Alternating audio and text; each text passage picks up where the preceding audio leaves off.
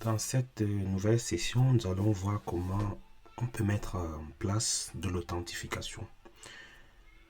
Pourquoi est-ce qu'on peut avoir besoin de l'authentification? On reste toujours dans notre scénario de synthétique, par exemple. Imaginez-vous, vous êtes en train de faire un scénario de synthétique et qu'à un moment, il faut se connecter à une page web.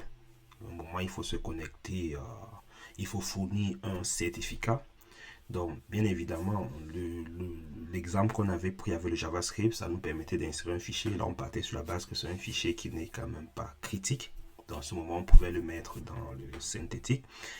Mais il peut arriver qu'on a des informations qu'on souhaite utiliser dans le synthétique, mais c'est des informations qui sont sensibles. Donc, bien évidemment, on ne va pas les mettre dans les synthétiques, puisque les synthétiques, le code est globalement non sécurisé.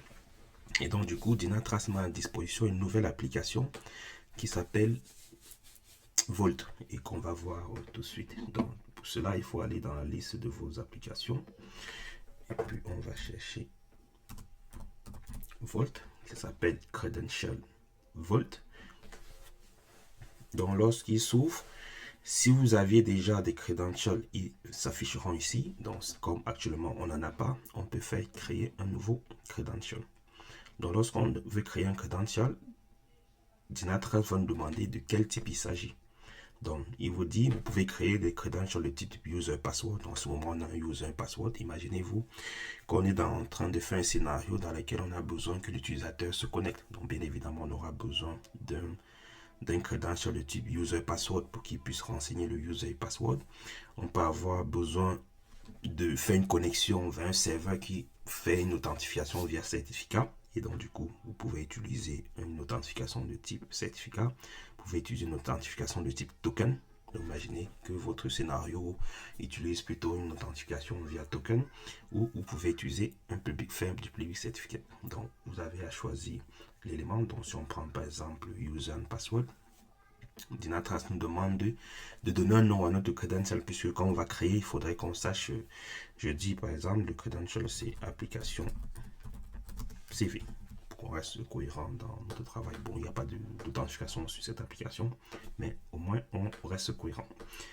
Donc, je fournis le nom de mon credential.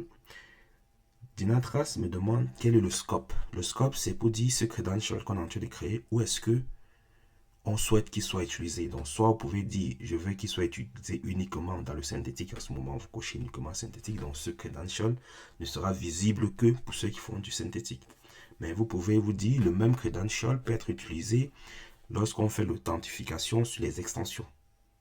Je prends par exemple, vous faites une extension, par exemple, élastique, pour pouvoir vous connecter au serveur élastique pour récupérer les métriques de votre cluster élastique.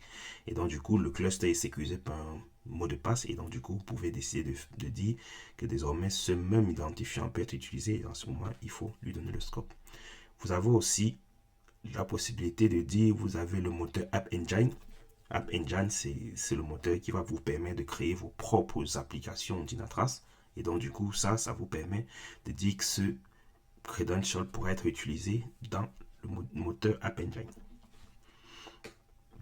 Donc, ensuite, vous avez deux options. Soit vous décidez que c'est Dynatrace qui va gérer la sécurisation de votre compte et mot de passe. Dans ce moment, si vous décidez que c'est Dynatrace, en ce moment, je dis mon user, c'est user 1 et mon password, c'est secure.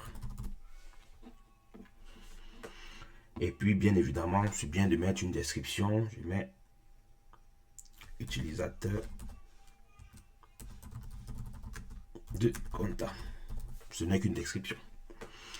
Mais à ce moment, si vous n'avez pas de solution au sein de l'entreprise, ça peut être une bonne solution. Mais si vous avez déjà un gestionnaire de credentials au sein de l'entreprise, c'est peut-être mieux de faire la délégation.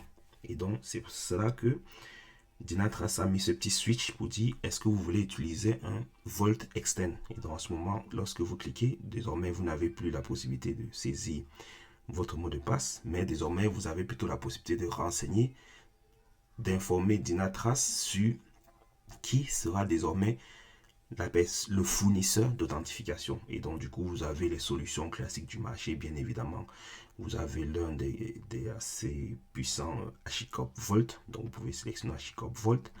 Et donc, vous fournissez les informations d'authentification vers HashiCorp Vault. Donc, désormais, les informations que vous mettez ici, c'est des informations pour qu'ils puissent récupérer l'identifiant chez Vault.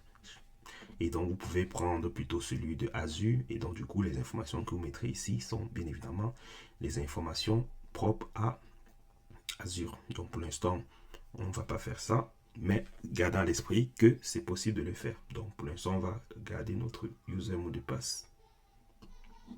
Et tout ce que vous avez à faire, c'est cliquer sur enregistrer. Et désormais, vous avez une clé qui pourrait être utilisée dans ces différents scopes pour faire l'authentification, notamment lorsque vous faites des scénarios synthétiques où vous avez besoin de fournir une authentification.